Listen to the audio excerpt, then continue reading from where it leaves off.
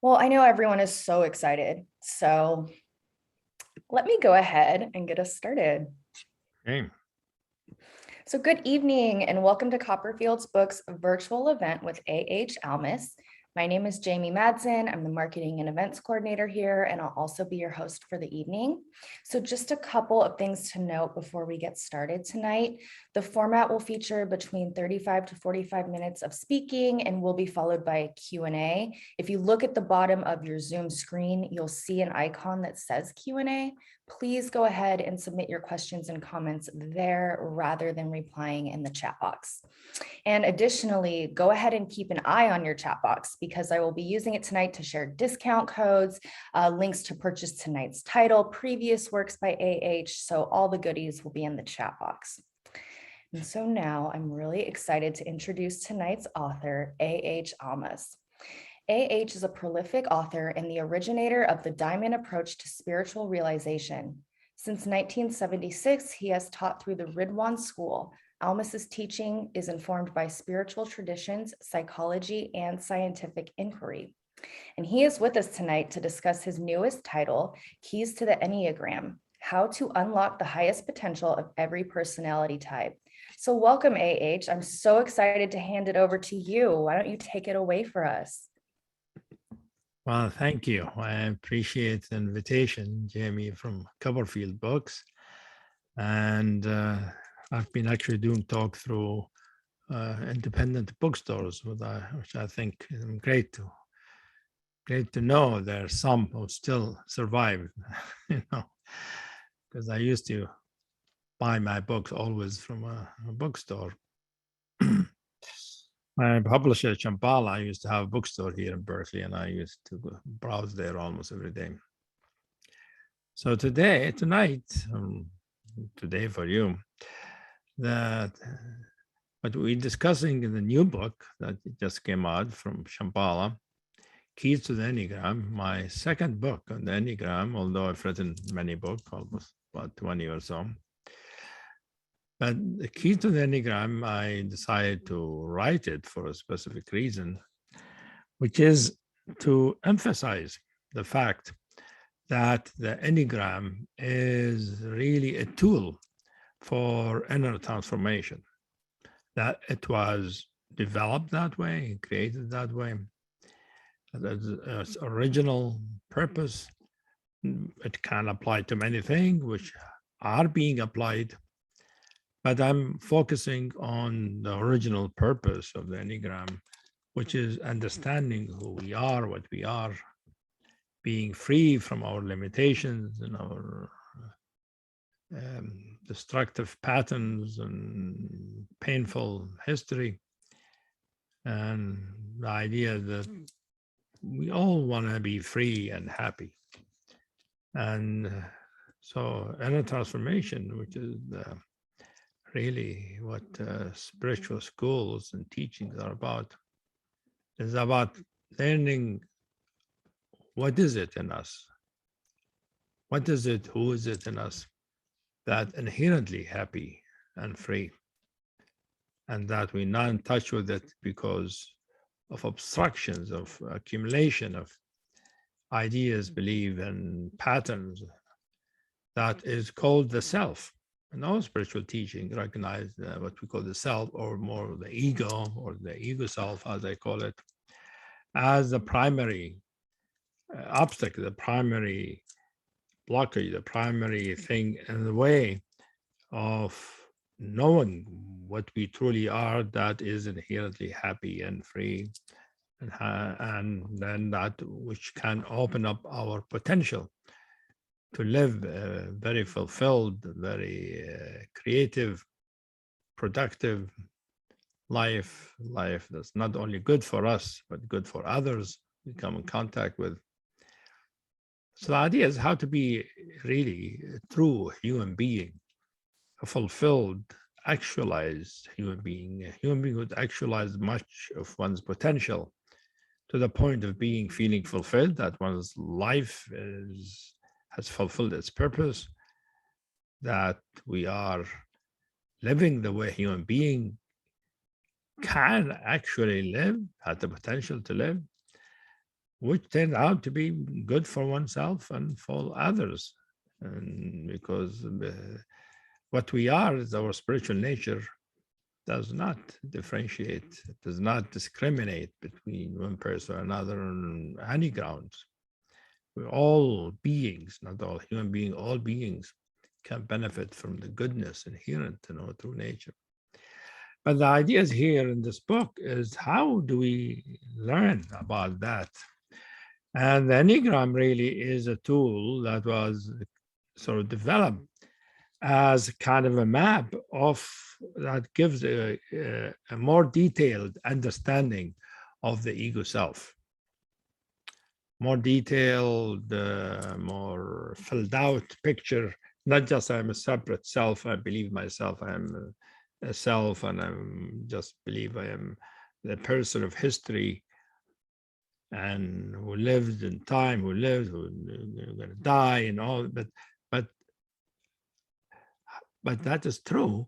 But this person, this self, has a lot of accumulation, has a lot of patterns, has a lot of configurations, a lot of complexity. All of our history, personal history, is encoded in it.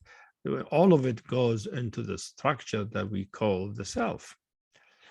And the Enneagram gives a good understanding, not how this self came about, but what are the basic configurations, the basic patterns of the self, that if we understand them, we can begin to not identify with them. We can begin to see that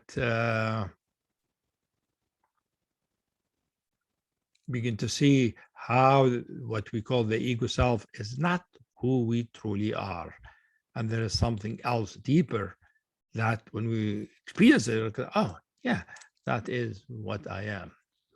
So the Enneagram, the way it helps is divides the ego self into 9 compartments, 9, which become 9 types, because each human being, each person, each soul has one of the types as dominant. We all have the 9 types inherent in our ego, because ego has all the patterning of all the types. However, one of them is most dominant, and that's the one we usually experience and know ourselves. If we know the Enneagram, we know probably about the Enneagram fixations, Enneagram types, and we have an idea of what our type is, what other people type, we know how to type them, all of that. But that's not the point, really, ultimately, not just to know you type, but to be free from the rigidity and the narrowness and the confining patterns of the time, so we could be free to be truly spontaneously ourselves.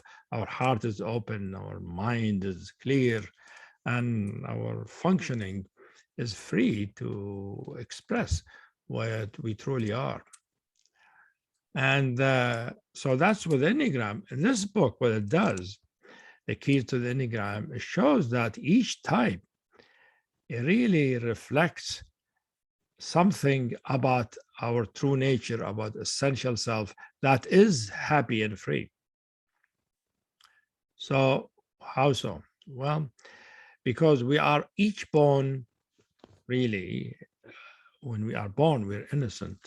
We are still in touch with our being, with our trueness or our authenticity. And that in time becomes sort of lost as we develop a sense of a person, of a self that is based on how people see us, how we interact, the thing that happens. So all the accumulation and the consciousness are impacts, the impacts of all that happens, all the relationship that leave traces that develop into what we call the self. And that way, our essential quality or essential self is then hidden, then it is covered over. But the one thing is not we're all born innocent, as where our spiritual nature and physicality are both present and inseparable. But each of us are born with a particular quality of this nature of our true beingness that is called our natural endowment. Meaning it is the quality of true nature that is most accessible to us, that is strongest in our childhood, and that in time tends to pattern the type. And how does it pattern the type? Well, we sort of have experienced it, have sense of that endowment, which can be some kind of love, some kind of authentic self, some kind of strength, some kind of knowledge, some kind of will, some kind of intelligence. Depending on the type, we have different quality that I call natural endowment. And this natural endowment, as it is sort of dimmed, it remains in our conscious as some kind of a vague and incoherent or sort of somewhat pre-conscious feeling of what we want to be. It becomes a basis for us to feel how we want to be in life, and how we want to be is the way that configures each type to become a particular way. And so it's not that only that we have a natural endowment, but the natural endowment, some of it survives, some vague sense of it, some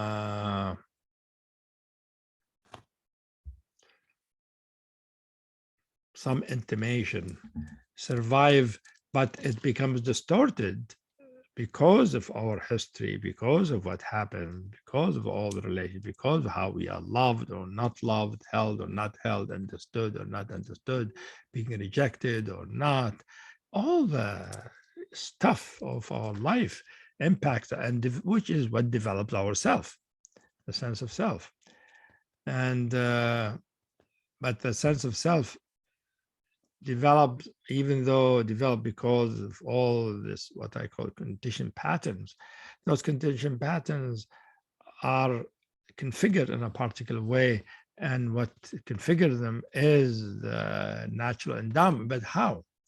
Because what remains of the natural endowment, regardless how vague, how unconscious it is, it becomes something we want to be. It has a feeling of what kind of a human being we want to be. That's what I call the ego ideal, because psychologists know that each ego has an ideal. It idealizes an image or a form of what they want to be, what kind of a person, what kind of human being. It's called the ego ideal. Each ego has its ego ideal. That's established by psychology. However, I'm saying here that the ego ideal doesn't just come from the influences of the environment of what happened.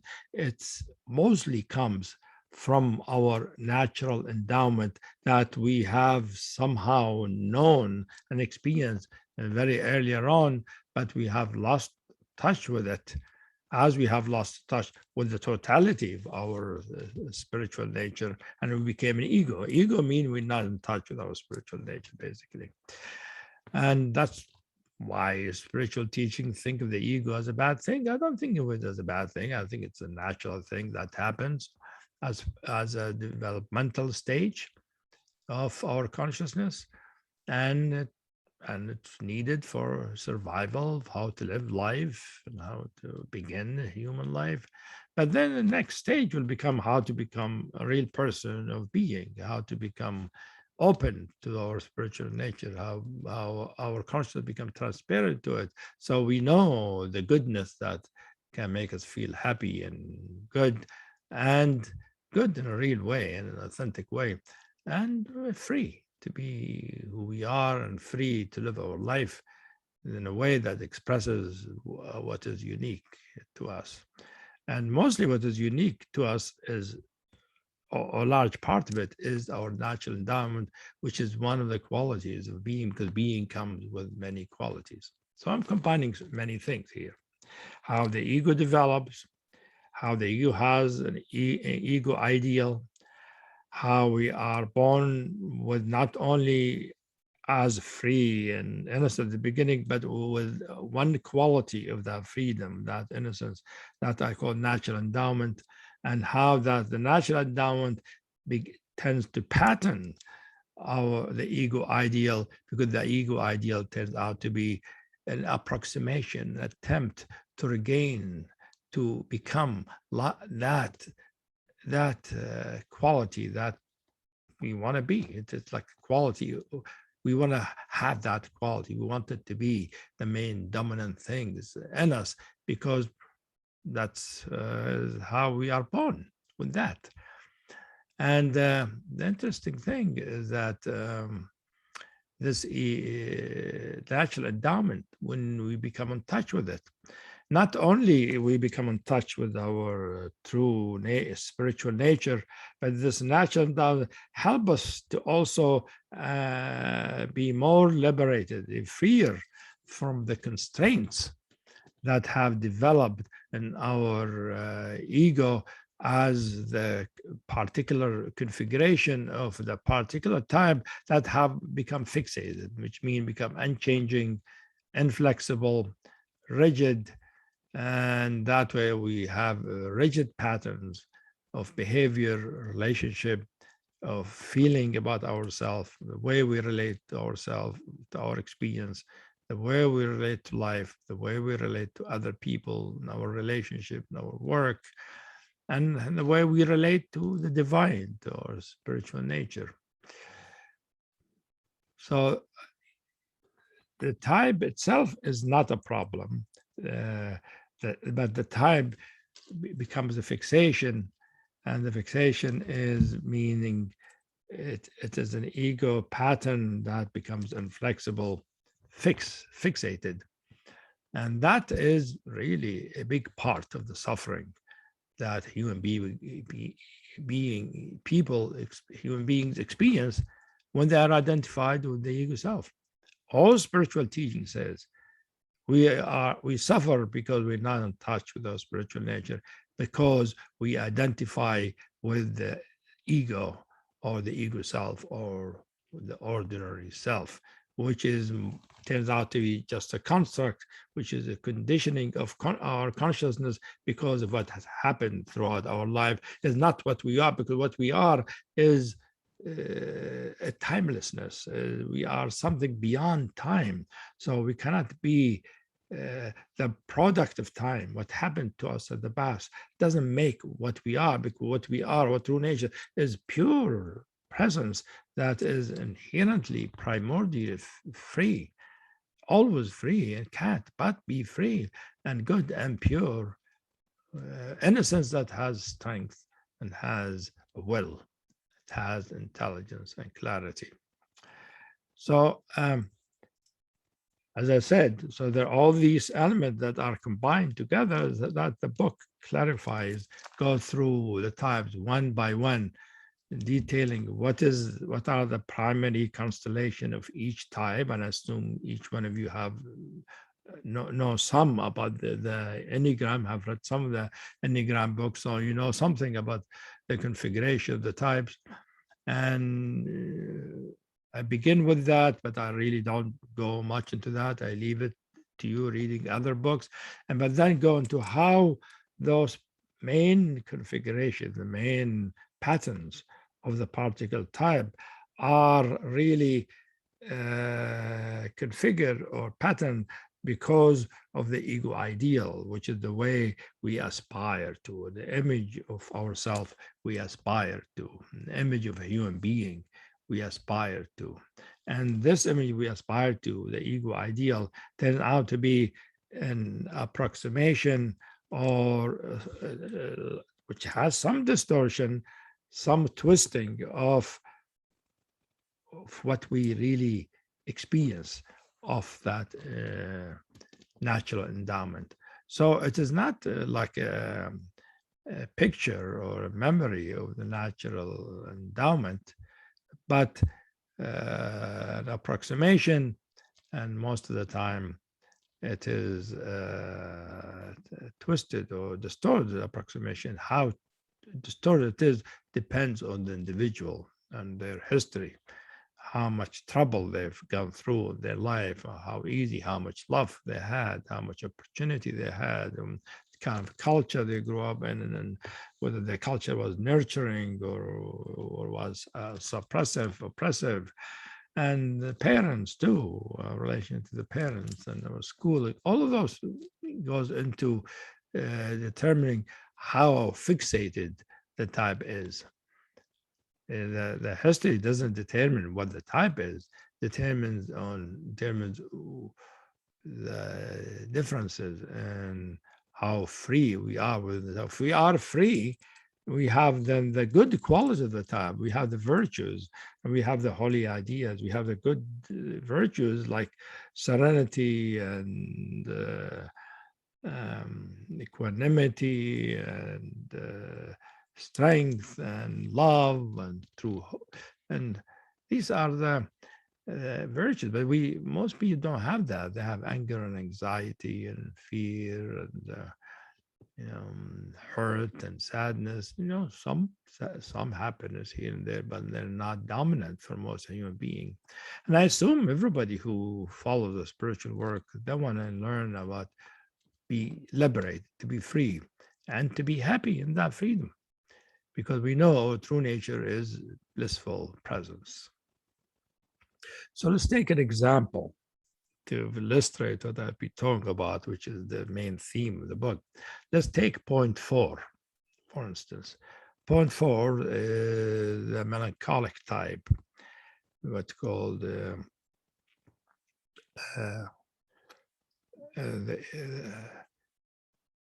they tend to be melancholic, tend to be more on the side. They could be even depressed, and they tend to be unhappy. And the image is more like the suffering, the tragic artist. And what we know about type 4 is that they really want to be special. They want other people to see them as original. They want to be original. They want to be unique. They want to be authentic. They want to be they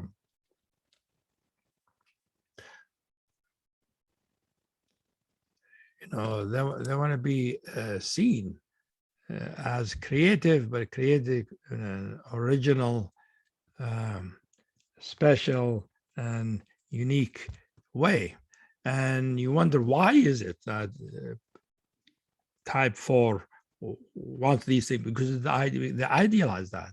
It tells us something about the ego ideal is of originality, of authenticity, of specialness, being special and unique and different in a unique way that make us be sort of original in the way we think, we feel, we produce, we are creative.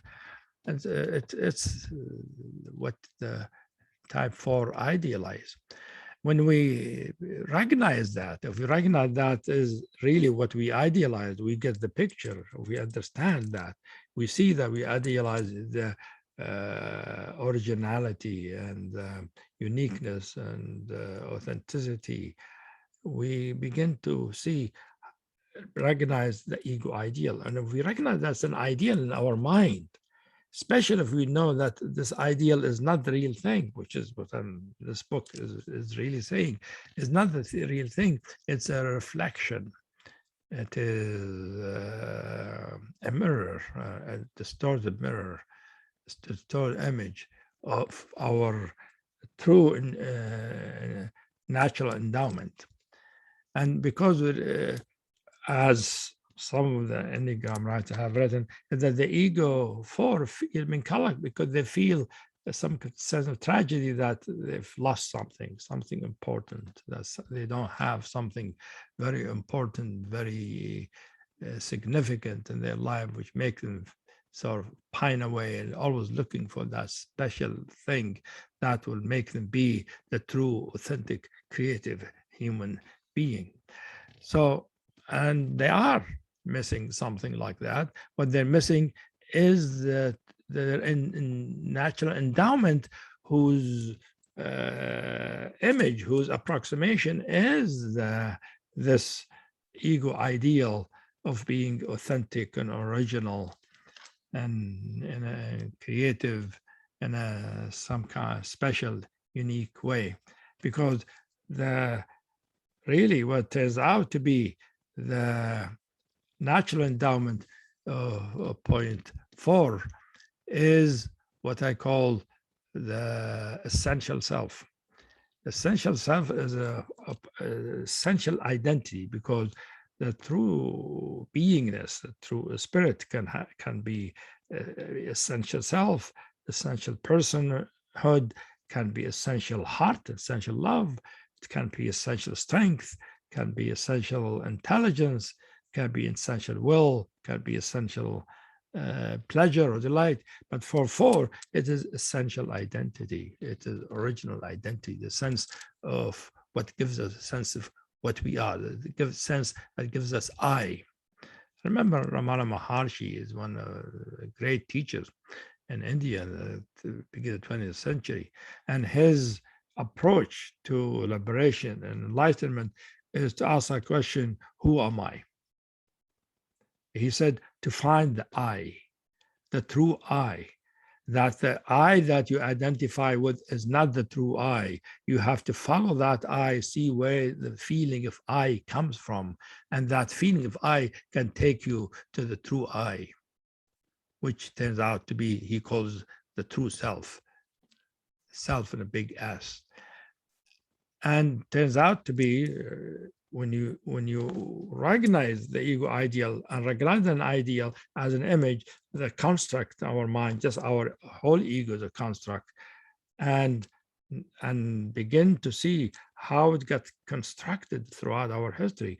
And we might, if we could see it and not identify with it, we might begin to see what are the influences in our life that shaped it, that turned it to be that way. Then we might get a feeling of what the original feeling that gave us that sense, what to idealize, what to aspire to. And that original feeling that can then open up the consciousness to this quality of being, which is the essential self, which when we experience it is like a brilliant star is born in the darkness of the night. We recognize ourselves as a point of light and presence, a point of awareness, a point, a singular point of potentiality. And this singular point feels as an I, the sense of identity, sense of I comes from it, because the I, the feeling of I, because you don't only know you are an I, you are a self, you have a feeling of identity, you have a feeling that you know is I, but you think of it, it's you. And because it is what, because the feeling of I, it goes along with all the, what we take ourselves to be, what we identify with as a self. But that self, have the center of it is a feeling of I. If we follow that feeling, then we might recognize it really arises from something very essential, very primordial, and that is the essential self, that point of light and presence. And if we experience it, if we become open to it, both either by recognizing our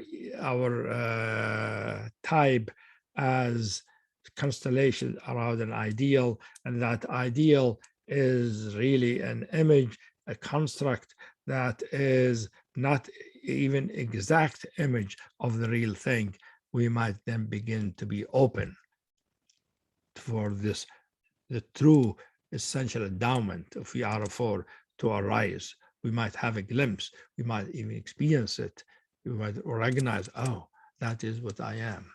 That is my true self. And I know many people who experience that, just as I had at some point. And I think if the type 4 recognize that true sense of self, recognize, oh, that's what is authentic about me. That is what is original about it. That is the origin of my sense of self. And it is pure authenticity because it's my primordial authentic self. And it is really the beginning of recognizing the vastness of awareness, of presence that is my being. That is the being of all beings. But that being of all beings, this vastness appears in us individually as that point of radiance, the shining star, which can appear in the head or in the heart. Usually it's placed in the heart center. And many of the yoga books talk about, like Indian yoga talk about the Atman, the point of light, and that's in the heart center. And the heart, and it's placed in the heart. It doesn't mean if you look in the heart, you'll find it. No, you'll find it by exploring your sense of self and identity and not believing your usual sense of identification, sense of identity, because that has a lot of history in it.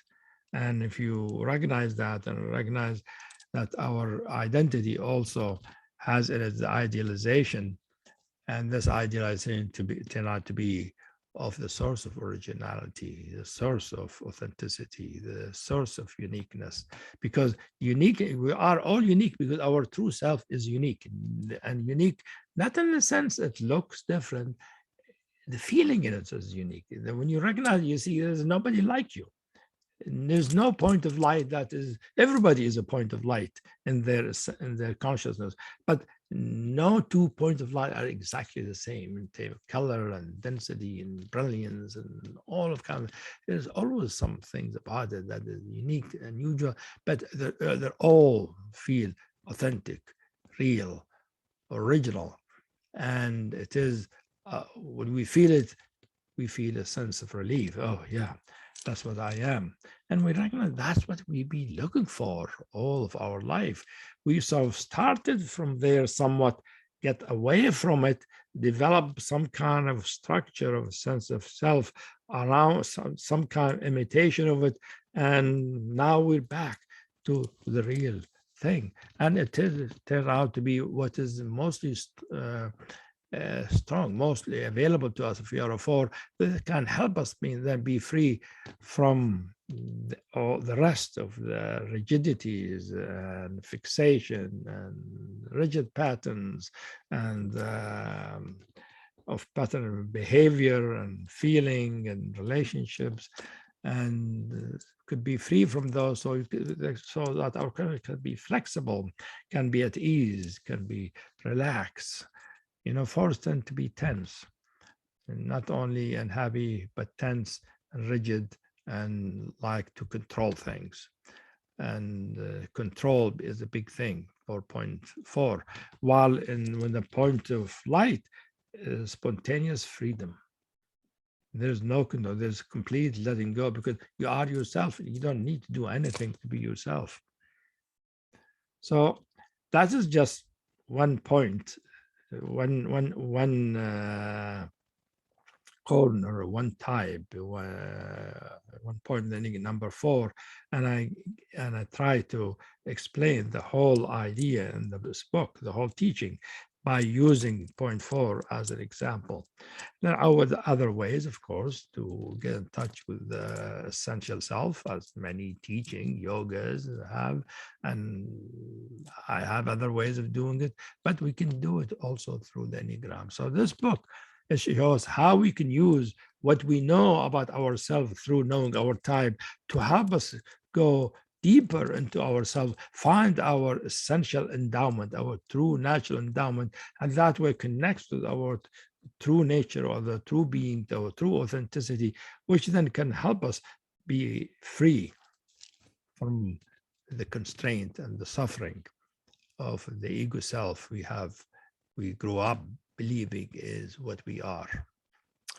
So I think that good, enough of what I'm saying. I could use other type, but one type is enough to explain, so we can see what kind of question people have that we can work with. Thank you so much. That was fantastic. And I can't even echo the sentiments we're getting. People are just loving this, and it's a beautiful talk. So thank you. We do have some really thoughtful questions. So let's just dive right in. Emil is wondering, would you say that the qualities you are introducing can be accessed easier if we work on the delusions that arise from the loss of the holy ideas? It's the other way around. I wrote the Holy Idea book, The Fast of Unity, 20 years ago. I already had the knowledge about the keys of the Enneagram, but I didn't think of putting it in print. But after 20 years of the book, I realized it's the holy ideas that it's more difficult to penetrate. And difficulty because first of all, the spiritual understanding is more global, more cosmic. It's called non-dual realization. That is not as easily accessible as a quality of being, like identity or sense of love, or those things are easier, more related. Human being can relate to them. The holy ideas are more difficult. So I'm decided to publish this book because these qualities, the essential qualities that I call essential down, can help us then penetrate the core, what I call the ego core, that I write about in the other book, The Fast of Unity, because that is, although we need to deal with the core and penetrate it to be able to arrive at the holy idea, which is the full liberation. To do that, I thought if we learn about our natural endowment, that can give us more help, more support. And not only from our type, but also natural endowment from other type by working through the idealization of the other type. Then we have many qualities that are usually, I've understood them to be very useful on the path. They're very needed in life, but also useful in a spiritual path to reach the true liberation of what we are. So it works the other way around. That's how I understand it. That was a great answer. And kind of along those lines, you started to discuss this, but Jennifer's wondering, why did Hameed decide to write another Enneagram book at this time? For the reason I just said,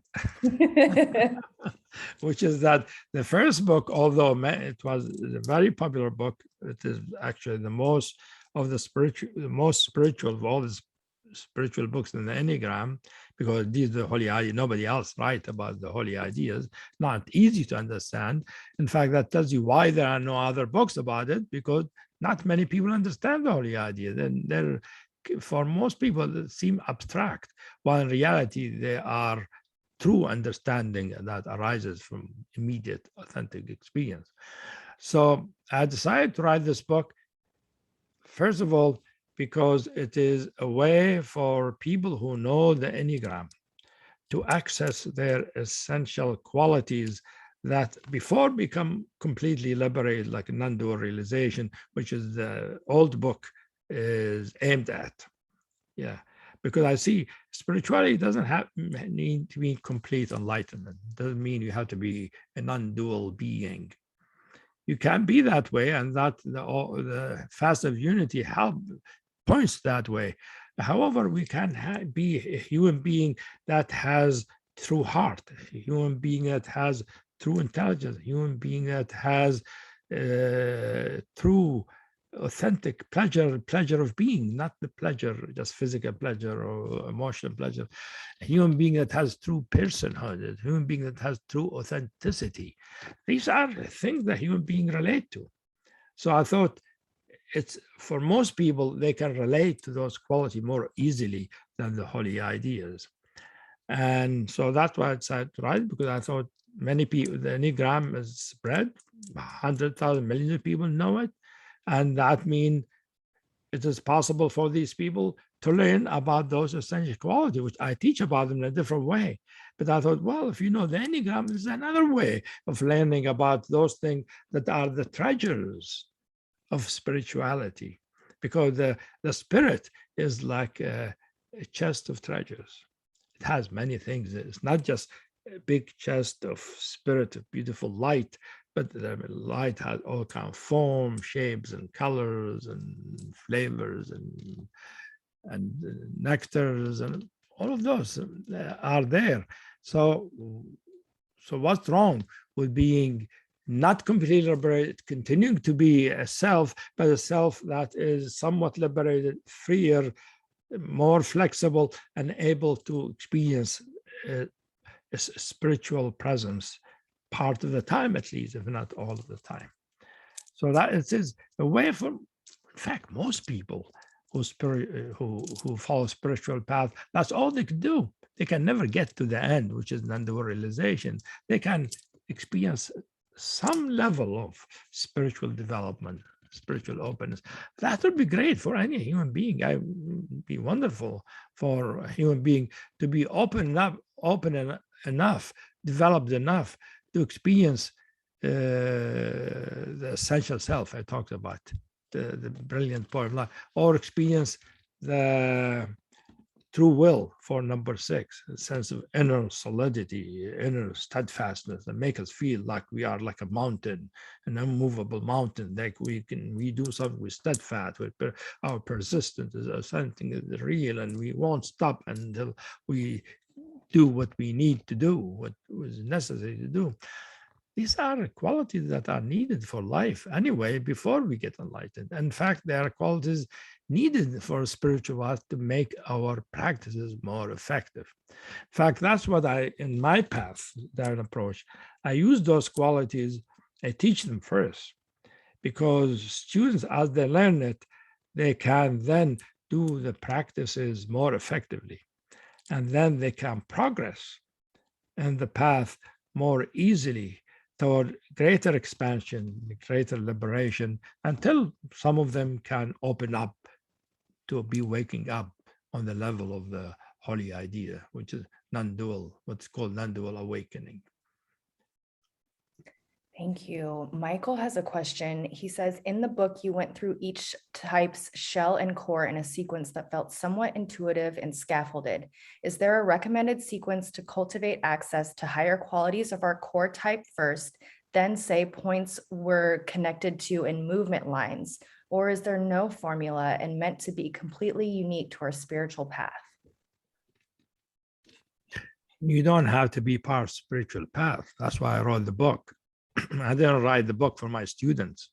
I wrote it for people who know the Enneagram, who have studied the Enneagram, interested in the Enneagram. If you're interested in the Enneagram, have known some, you know your type, this book can help you go deeper into your understanding of your type, to see the spiritual sources of your type, to find out your spiritual qualities that are inherent, that are closer to you than others, that are more easily accessible. And by understanding your type, and that doesn't mean just knowing what your patterns are, but understanding what the patterns about, where they came from, what makes them be that way, what makes you behave that way, why you like, if you're 4, why you tend to be sad, why does tragedy is more the way you are, why is it you're always trying to be original, why always trying to be unique? If you try to understand that, not just know, I appreciate uniqueness, I want to be original. Yes, we know that, but how come? Why? As you understand that, you can then understand yourself more completely. You understand your type more completely because you're understanding its depth. And its depth is the spiritual nature and its qualities. And that can not only help you understand your type, understand who and what you are, but you begin to be what you truly are, not just what you have learned to be your type. That's great. We have another question here. You mentioned for each type, one path to experience is tarrying with the discomfort of the perceived lack, emptiness, void of essential quality. How do we continually disarm the ego defenses to persist in cultivating the inner witness? Well, I mean, that's what mindfulness does, basically teaching. If you learn mindfulness, you learn to do that.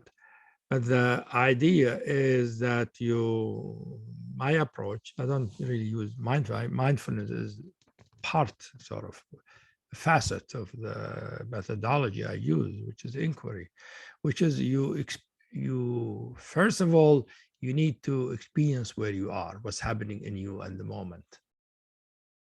At each moment, we have an experience.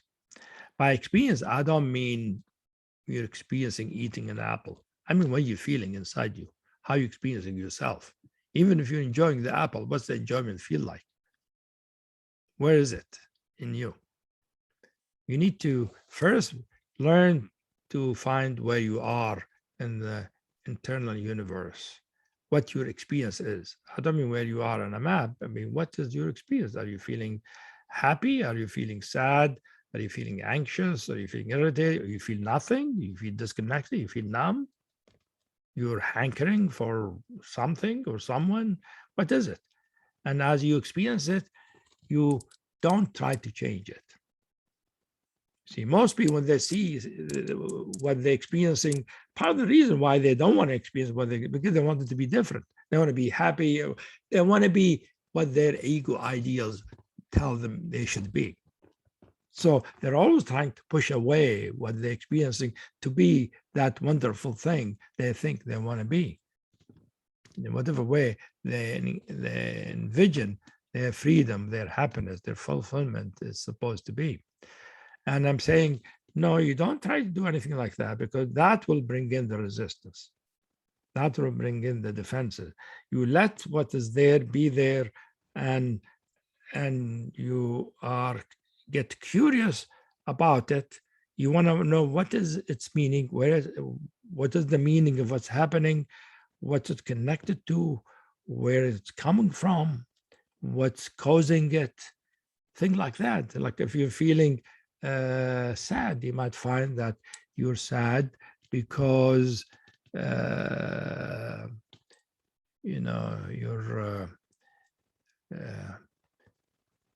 your mother just died, maybe, or died a few months ago, or you lost a friend, or you get divorced recently. It's sad. But if you feel the sadness and see what's it about more, why does that make me feel sad? Everybody be saying, well, it's normal to feel sad. Yes, but for you, it might mean more specific thing. And that loss might mean something else. If you experience what is that loss, you might find out it's a loss of some kind of a connection to that person, to my mother, or to my friend, or to my husband, my wife, some kind of connection, some kind of intimacy, some kind of love, some kind of nourishing closeness. And if you recognize that, that's different from just feeling sad. You see, you're sad because you're missing something. And if you become aware that this is what you want, that you're missing, and if you don't try to change that again, see, always, because that's what's happening now. They recognize you wanting that quality of connection, that quality of nourishing love that you used to have, and you think because you connected with a relationship with this person you lost. If you stay with it, you feel the feeling of the loss, you might begin to feel some kind of emptiness, some kind of the lack of that quality. You feel something missing in the heart. It's not only the person is gone, that by them going, you have felt something with them, not completely directly, but somehow you felt something or the effect of it. Now you're feeling its absence, and now you're feeling the absence directly. If you feel the absence, the lack, it feels like something missing, something lacking, and that can bring all kind of history of losses. loves and close people, intimacies, or what, abandonment. And we need to stay with that, not resist, not reject it, to let it be what it is. So dealing with resistance means being where we are without judging it, without trying to change it. If we stay with it that way, it will begin to open up and reveal the next layer. And before you know it, as you feel this missing, then something gushes in your heart. Something begin to outflow, a golden, sweet nectar that when you feel it, what is that? A golden, sweet nectar in my heart? My heart has blood, red blood. Here, no, golden, sweet nectar begin to fill and be pools in your chest. And it feels like you're getting melted from inside. You're getting sweet love, and you say, oh, that's exactly what I felt I wanted, but that's exactly what I felt I lost. Now I feel it and experience it directly. You recognize it's a quality of your heart. I call it merging love or golden love. So that way you see, it's a way to work with yourself, with you, by staying with your experience, not rejecting it. And if you recognize yourself judging yourself for it, recognize the judgment, but don't go along with it. Just stay with the experience, because if you go along with the judgment, it will tend to change the experience. So if you stay with it, let go of the judgment, stay with the experience, don't try to change it, don't think there's something better. Where you are is just right. That is what reality is creating in you in this moment. Experience it. And if we do that, it usually will naturally open up and reveal the next thing. That was a really beautiful answer. Thank you for that. So I know we're getting down to it, but maybe we'll just end on one more. Last question. How can one identify their true Enneagram type when it feels like several types fit at a very deep level? That's a good question. Yeah. I have a friend of mine who's going along about 3-4 times, trying to decide which one. Each time of her life, she is a different type. And we still, nobody can tell what she is. Sometimes it's not easy. And I think the reason is we all have all the types. That actually, it's intrinsic to the teaching of the Enneagram, that ego has all the types. One of them is most dominant. And it's usually most dominant throughout most of our life. However, some certain parts of our life, other type might come to the fore. And that can confuse us, you see. But it is the most dominant type that you experience most of your life is usually the way to know what your type is. But recognizing that sometimes you experience other types is normal. Everybody experiences themselves as other type. Sometimes you're a 6, and then before you know it, you're a 9. And while you're being a 9, you become a 3 next day or next year. And suddenly you're changing your clothes, and instead of being frumpy, you're all dressed up and you're all looking like the really wonderful person who's can go into this society and excel, and can even go to the Academy Awards, all dressed up and spiffy and all that, and become very successful person. I know people who've done that. But the type is one way is what is the most dominant throughout longest period of your life. The others is find out other friends who know something about the Enneagram, see what they experience you as. Because sometimes it's not easy to know it oneself. Usually, if you have a teacher and the teacher knows the Enneagram, your teacher is the one who can know it best. But if you don't have a teacher, well, you depend on your friends and your own self-observations. And don't worry if another year you find yourself a different type. In fact, that might be a kind of freedom. You can move around. Part of the fixation is that we become rigid and we stay in one type all the time.